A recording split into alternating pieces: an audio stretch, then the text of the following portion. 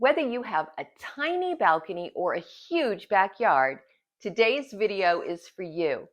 I've compiled 25 of my best DIY projects to help you transform your outdoor space into a true oasis. And if you want to see how I've used these projects on my own patio and how it's evolved over the last few years, be sure to stick around until the end of the video. Well, if you're ready for some easy and budget-friendly ideas, let's get started. I paid just over $3 at Goodwill for this large ceramic candle stand. I thought it would be the perfect base for a small bird bath. I gave it a couple coats of white spray paint. I could have used a bowl for the top, but instead I chose to use a pretty blue and white serving dish, which was a previous thrift store find. I joined the two pieces together using a combination of super glue and E6000. For a little something extra, I also attached a ceramic bird from my stash to the serving plate. I decided to distress the base a bit with some sandpaper to bring out the pretty design. There were a couple of holes in the base, so I put in some rocks to give it extra weight and to keep the bird bath from blowing over. And then I just used some duct tape to cover up the holes. This cute little bird bath cost me less than $10 to make. I sat the bird bath on an old tree stump in my front yard, which is right next to the water spigot, which will make it easy for me to keep it filled with water. A dear friend gave me this resin base to an old bird bath a long time ago, but I hadn't done anything with it because its concave surface had me stumped. But then I thought of an idea. I gave it a coat of cement-colored spray paint and followed that by dabbing on some mineral chalk paint to make it look a bit more like concrete. Then I touched up the black paint on this old outdoor lantern that I had previously gutted. Its curved bottom fit perfectly into the pedestal. I attached the two pieces together using Star Bond super glue, which I'll have linked in my description box below. There was a hole in the bottom of the lantern, which I plugged up with a small cork. Then it was ready for bird seed. It actually holds a lot more than you might think, and the birds had no trouble finding it because after just 2 days, it was completely empty. For something a little different, I decided to use a thrift store basket to create a birdhouse. I took the handle off the basket and cut a small entrance hole for the birds. Then I glued some jute rope around the hole to make sure that the basket didn't start to come apart. I found a wood round in my stash that fit the basket opening perfectly.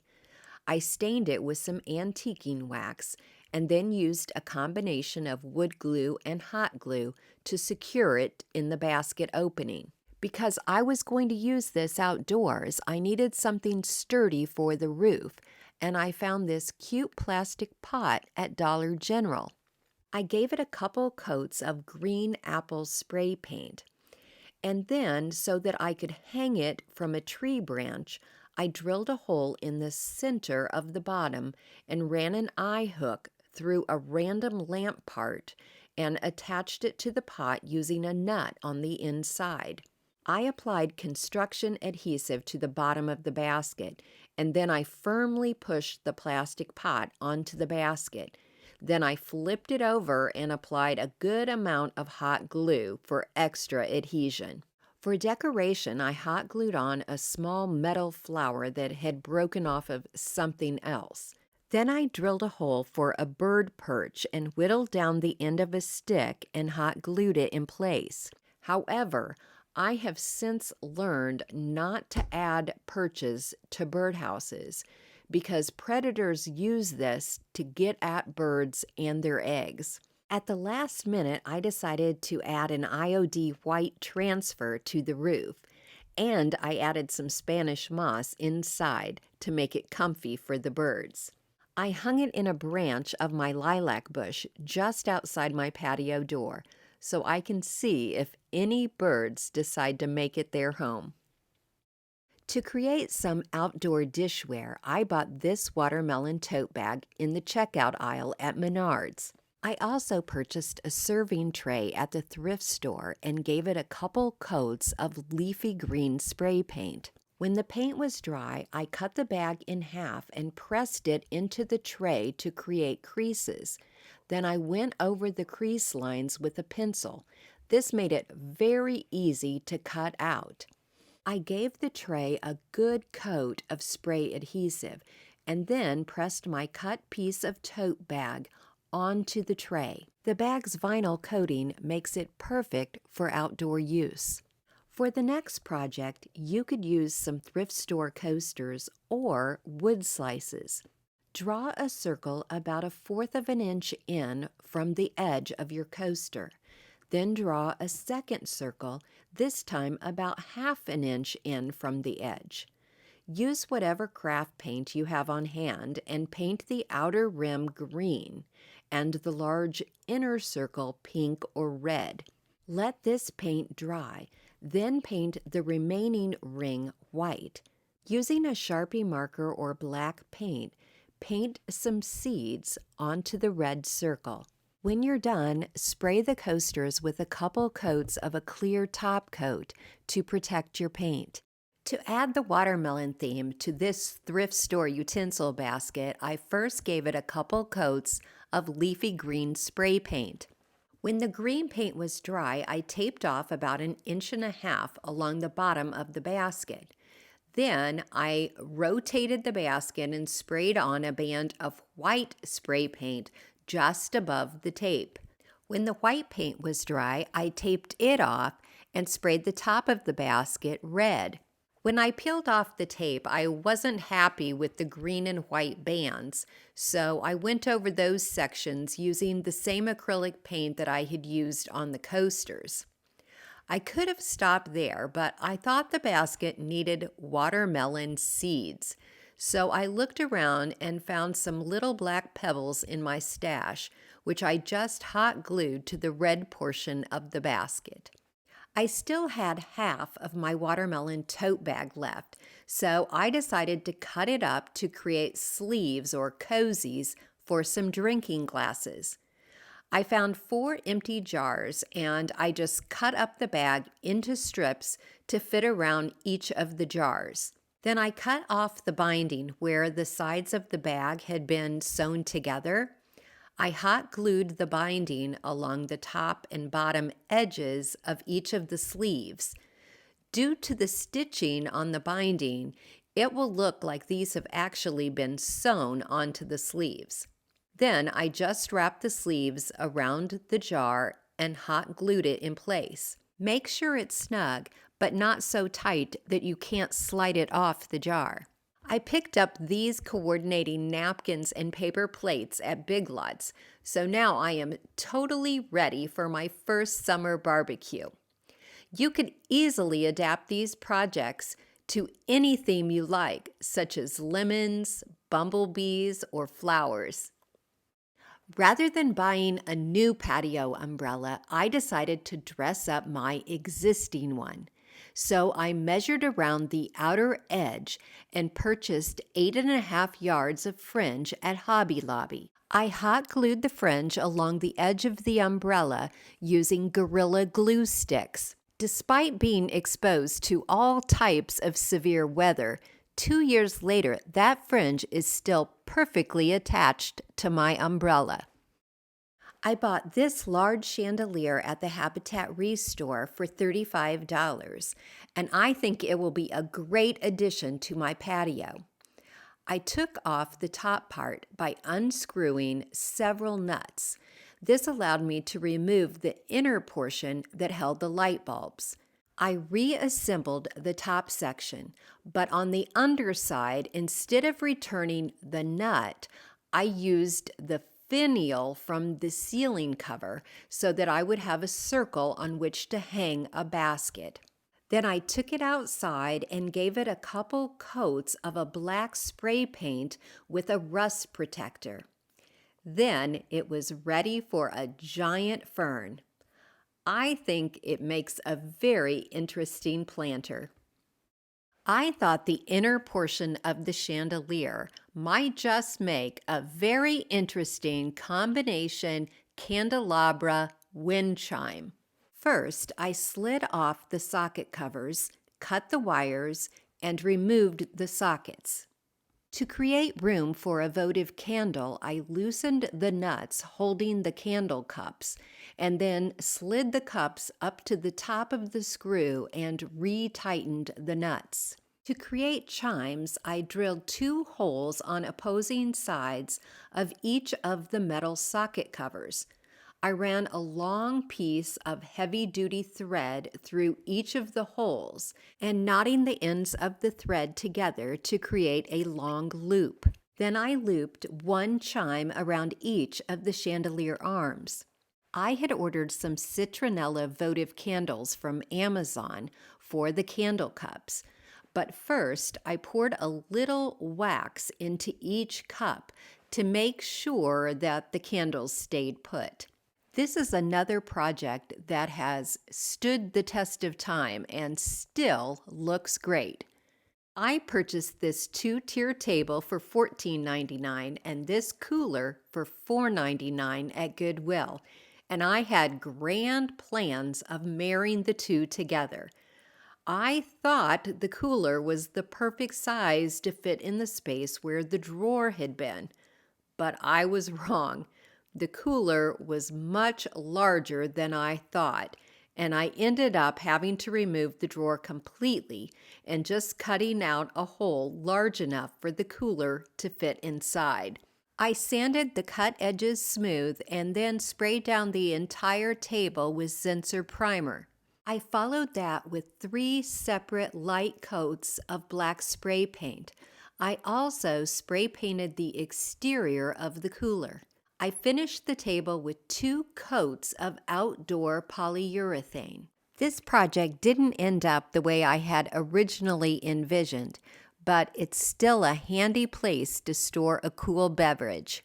For my next project, I needed a piece of wood, so I took apart the drawer from the cooler table, and the back piece was just the size I needed. I gave it a couple coats of black spray paint, and when the paint was dry, I screwed on an outdoor thermometer that I had purchased from Dollar Tree. To dress it up, I purchased some metal wall art for $1.99 from Goodwill and painted it with leafy green spray paint. I attached the wall art to the thermometer by putting screws in between the metal branches. I hung the thermometer on my brick wall using adhesive Velcro strips, which always work great for me indoors. However, after a couple weeks, the Velcro pulled away from the brick, so you may want to use a nail or a screw instead. To create some wall art for my patio, I purchased this large leaf decor at the thrift store. First, I spray painted the stems black. I bought a large piece of sheet moss at Hobby Lobby, but you could also use the Dollar Tree variety. I used a Sharpie to trace around each of the individual leaves onto the sheet moss and then cut them out. I recommend doing this outdoors or at least on a drop cloth because it was very messy. When all my leaves were cut out, I hot glued them to the metal, gluing one little section at a time. To hang the wall art, I drilled a hole in my brick wall using a concrete drill bit. I inserted a plastic anchor and a screw, and then I was ready to hang my moss wall art. To help the moss last as long as possible, I sprayed on a good coat of outdoor polyurethane. If the moss is in direct sunlight, it will only last 1 season, and it will be mostly brown by autumn. I wanted to turn this wicker lantern into a water feature and needed a watertight container that would fit inside. I found this umbrella stand at Goodwill that I spray painted white.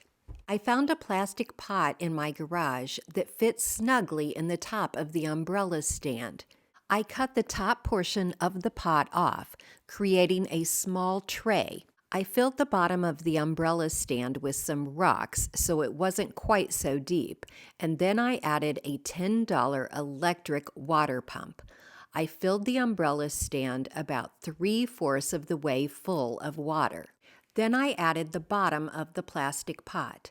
Make sure it has a hole in the center for the pump to fit through and additional holes for water drainage. Then add some decorative rocks to fill up the plastic tray. Then I slid on the lantern to hide the cord and to make it look pretty. Most water pumps come with various nozzles to create different effects. They also come with a plug-in, so you can drill a hole to have the cord run out the side or the bottom of your container. But I decided to keep it simple because I didn't want to risk cracking the ceramic container trying to drill a hole. Vegetables and herbs can be a nice addition to a patio. Here I have herbs growing in old paint cans that I painted white and put in a wooden tote. These metal baskets were on clearance for just $8 at Hobby Lobby. I bought 2 cocoa liners at Dollar Tree. They fit perfectly in the bottom basket. I just needed to trim it up a bit to make it fit into the smaller top basket. Then I added some herbs, and now I have a little herb garden right outside my patio door and next to the grill. I love adding whimsical elements to my patio and yard. I bought this broken down purple baby buggy at a thrift store for $10.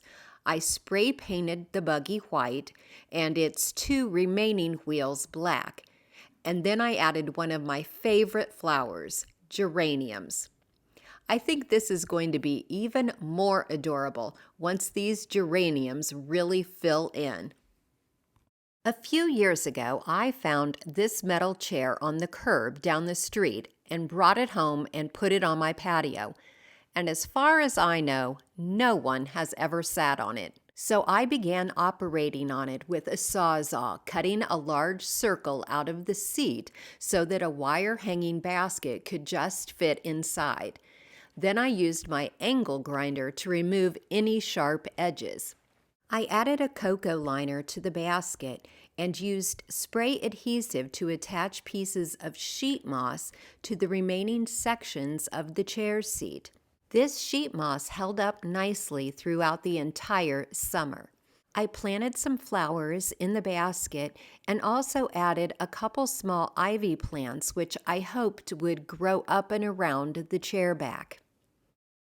We really had no good place to store firewood on our patio, so I decided to see if I could build something just using the wood scraps in my garage. For the top and bottom of my box, I cut 2 pieces of wood to the width of an old bench back that I had. I also cut 2 shorter pieces for each side of the box. Using wood glue, I attached the 2 sides to the top piece. Then I cut 2 rectangular strips of wood and glued those into each corner where the 2 boards joined for extra support.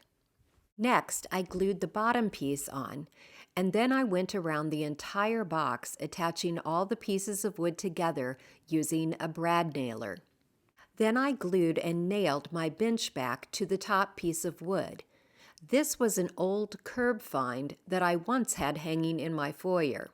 For additional support, I cut another scrap of wood to the width of the box and attached it just below the bench back.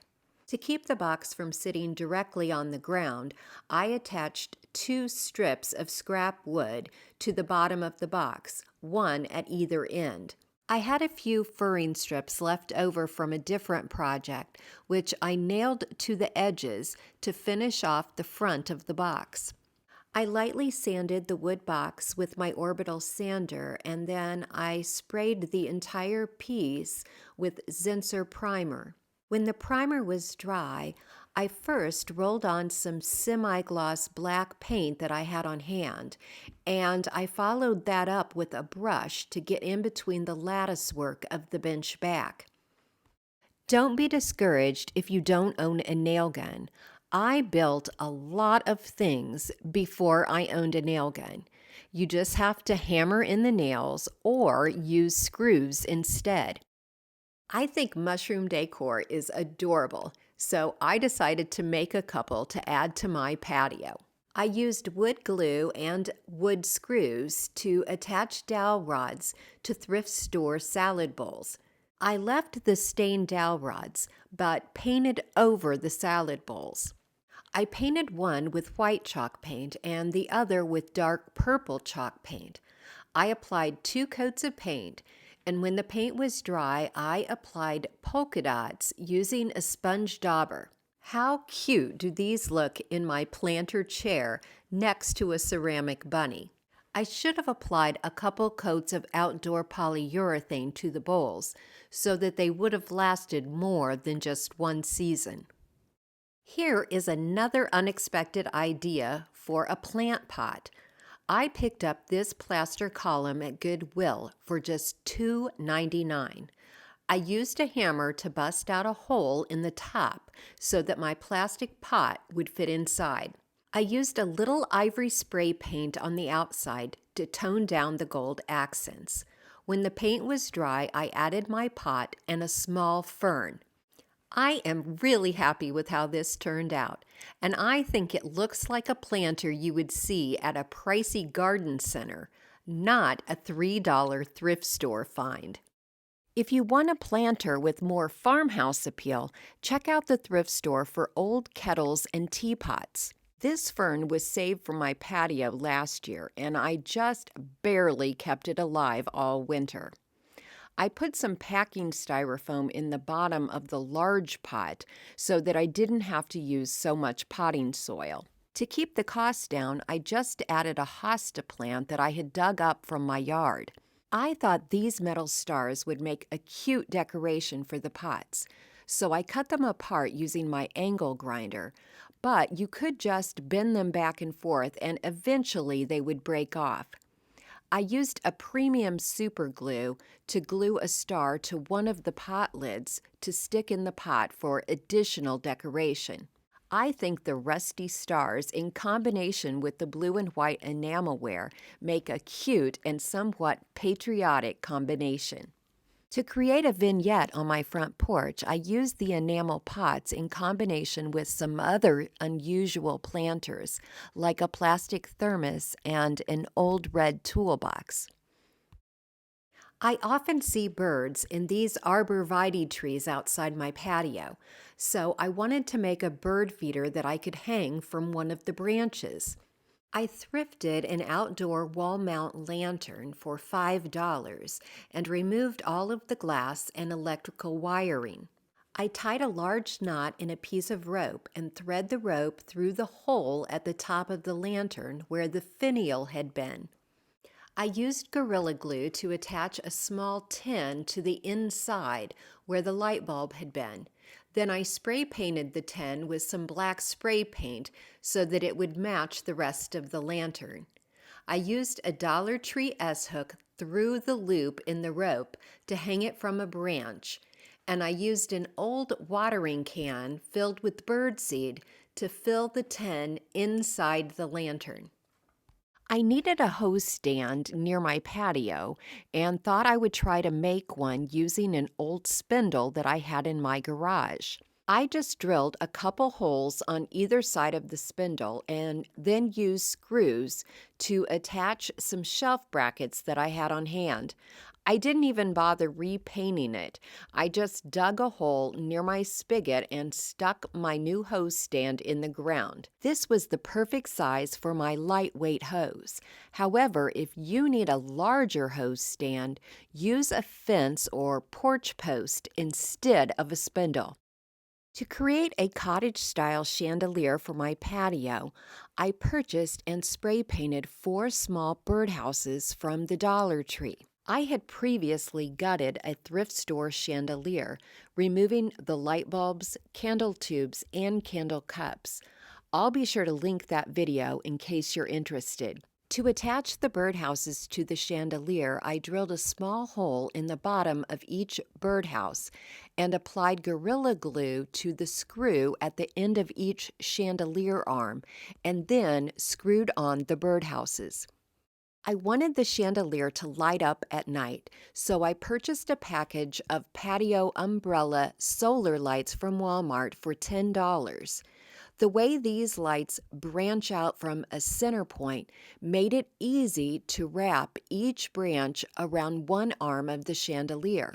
After I had each chandelier arm wrapped, I stuck the end of the light strands inside the birdhouses. Once I was done, I decided to go ahead and cut off the wood spindles, which I should have done before I started because wrapping the lights would have been so much easier. To disguise the cords and dress up the chandelier, I picked up a wreath at the Amazon Clearance Center for just $3.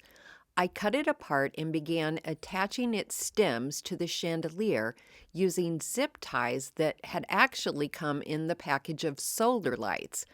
I attached them to the chandelier arms just behind the birdhouses. I also attached some small stems to the top of the chandelier.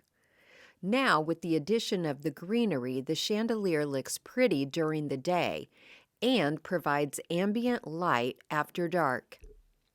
In addition to the chandelier, I always add some solar lights to my plant pots. And this year, I wanted to add some fairy lights to the patio in a very interesting way. I bought a set of solar-powered rainfall fairy lights, which I'll have linked for you in my Amazon store. I ran the lights through the spout of a thrift store ceramic teapot, and then using florist wire, I attached the teapot handle to some metal decor that I had already hung on my brick wall. And to make the lid look like it had fallen off of the teapot, I wired it to the metal wall decor too. The solar panel comes attached to a small stake, so I stuck it in the planter just below the teapot. And I think it looks just magical at night.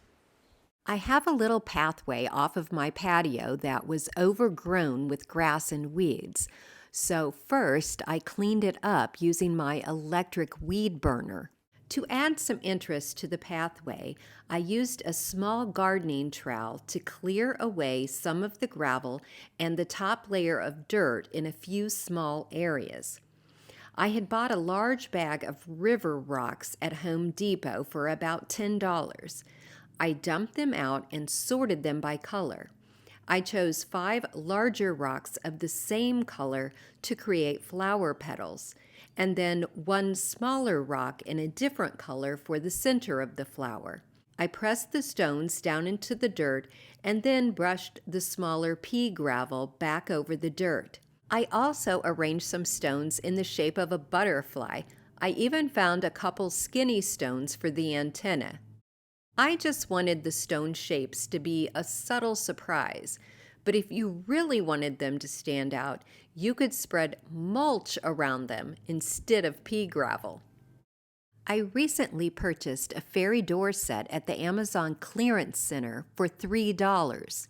Instead of attaching it to a tree, I used some flex glue and adhered it to my house. I also glued the bottom of the door to a river rock to create a little stoop. I found a miniature birdhouse and some fencing in my stash, and I just stuck those in the dirt on either side of the door. I didn't care for the plastic flower that came on the door, so I popped it off and replaced it with a little wreath that I made from some faux greenery. I love the look of a 2-tiered planter, but I don't love the price tag, so I decided to make one for much, much cheaper.